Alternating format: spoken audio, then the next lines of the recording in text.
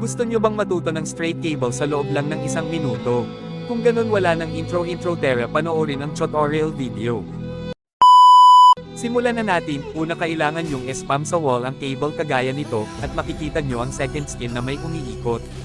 At kung nagtatanong kayo kung bakit kailangan spam, ipapaliwanag ko sa inyo, panoorin nyo na lang ang video. Ganito kasi yan ito ang mangyayari kung hindi mo spam cable, delay ang cable. At ganito ang mangyayari kung spam cable, o di ba sabay-sabay lumalabas ang cable. At kung napapansin nyo ang mga sikat na funny user ganyan din ang ginagawa, dahil ganyan din kasi ang gagawin nung gumagana pa ang double damage, at nang one hit. So ngayon alam mo na.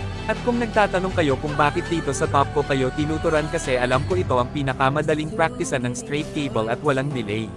Pagkatapos subukan nyo ang long and short cable kagaya nito.